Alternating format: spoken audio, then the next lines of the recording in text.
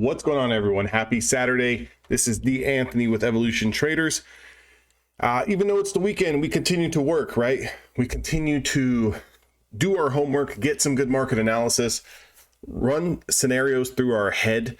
So that way when the market's open and the trading action is live, we've already kind of mentally played through some of these potential scenarios. So again, if you're not really doing that, I would highly suggest running through mental scenarios, looking at the charts. If the chart does this, what would I do? If the chart does that, what would I do? So if you guys watched my last NASDAQ video update, when I was going over and I was looking at a few names in the NASDAQ 100, I was noticing that there was a lot of stocks that was coming into daily supply that kind of finished with a cross candle like this. Now, these cross candles, I was kind of, giving some little bit of context as to, what these candles represent. Represents a little bit of a tug of war here between buyers and sellers.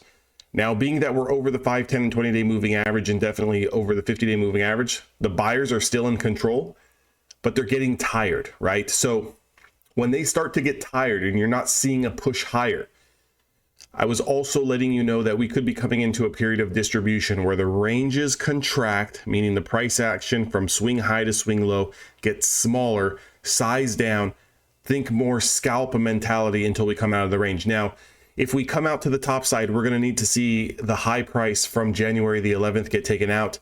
You can see here another cross candle here, another pause candle, another reversal candlestick, another rest candlestick. So 2 days in a row. I also, kind of pointed out that typically distribution lasts anywhere between 3 to 5 days. Now, again, there is periods of time and there's references where, sometimes you go into a 2 or 3 week distribution. Generally speaking, the longer the distribution, the bigger the move. So you can kind of see here, the last time we were in distribution was in the middle of November. And, it lasted roughly 1, 2, 3, 4, 5, 6, 7, 8, 9, 10, 11, 12, 13 days, almost 3 weeks of distribution. But notice how you get the explosion move into the new high. So again, once you start to go range bound, what you want to see is that distribution cycle get broken. And that's typically the side of the trade that you want to be in. So what I'm going to focus on here is 2 levels. I'm still going to give the bulls and the bears benefit of the doubt. They both get an equal opportunity to make myself as well as you some money. If we do start to take out lows from the 11th of January, that would be closing back down below the 5, 10, and 20-day moving average.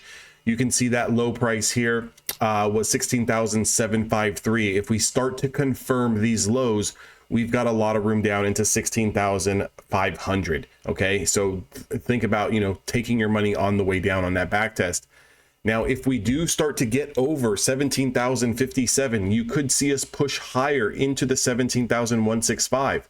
But until that happens, until we break down, close below, or break over, close over, then you are going to want to take your smaller time frame setups and tell yourself, right now, the market is figuring itself out. I need to just take what the market gives me, not look for anything dramatic until we break out of one of these ranges here. I don't, in my opinion, I don't see this distribution cycle lasting 2 to 3 weeks. I think it'll be a few days, and then we're going to come popping out of this range and, really choose a direction to go for the next, 3 to 4 weeks. But again, I could be wrong. This is just the way that I'm playing out the market. Again, I'm still giving the bulls a little bit of the benefit of the doubt, just a tad more. So if we do get those pullbacks off the open, I'll look for the trap, look to try to bounce long. And then depending on if we take out a previous day high or low is going to tell me whether I want to stay in the trade long or just kind of take my profits into that area.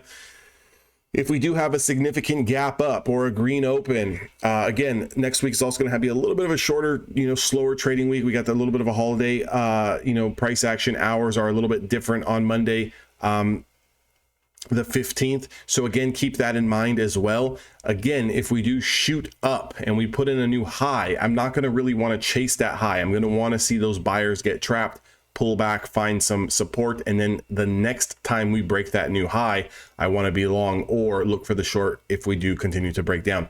I hope this video helps you guys. If you guys want to trade with me and the team each and every single day live, get this market analysis live in real time, get access to the rest of my strategies, get one-on-one mentorship, that link can be found down in the description box below. If you guys are looking to get funded with Top Step, that link is also down in the description box below, 20% off for new signups there if you don't already have a Top Step account. If you do have a Top Step account, I don't really think they're going to give you that big of a discount. I could be wrong. Again, you guys would have to double check that for me. But I will see all of you guys in the next video. Have a blessed and safe weekend, and I'll catch you guys all this coming week.